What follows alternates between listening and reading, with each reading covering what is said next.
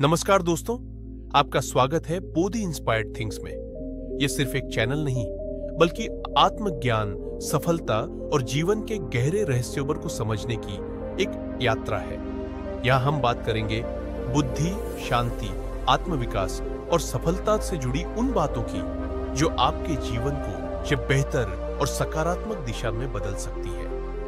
अगर आप सुख, शांति और सफलता की तलाश में हैं, तो यह सफर आपके लिए है। आइए सीखते हैं मौन की शक्ति, विचारों की ताकत और सफलता के गहरे रहस्य। सब्सक्राइब करें और जीवन को नए दृष्टिकोण से देखें। कैसा कर्म वैसा ही जन्म, यह कहावत हमें जीवन के एक गहरे सत्य की ओर ले जाती है। हमारे कर्म ही हमारे भविष्य का निर्धारण करते हैं। आइए इस विषय पर एक प्रेरणादायक कहानी के माध्यम से समझते हैं। राजू और मोहन की किस्मत। राजू और मोहन दो भाई थे। राजू बड़ा था और मोहन छोटा। दोनों का स्वभाव एकदम अलग था।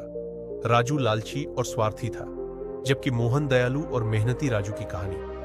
राजू ने हमेशा धन कमाने के लिए गलत रास्ते चुने। उसने लोगों को ठगा, झूठ बोला और अनैतिक काम किए। एक दिन उसके गलत कर्मों का फल मिला। वह जेल चला गया और उसकी सारी संपत्ति जब्त हो गई। अगले जन्म में राजू एक गरीब परिवार में पैदा हुआ और उसे जीवन भर संघर्ष करना पड़ा। मोहन की कहानी। मोहन ने हमेशा ईमानदारी और मेहनत से काम किया।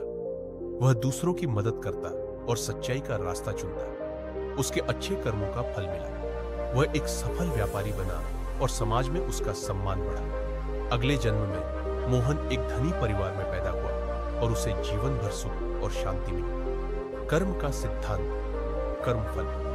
हम जो कर्म करते हैं उसका फल हमें इसी जन्म या अगले जन्मों में मिलता है।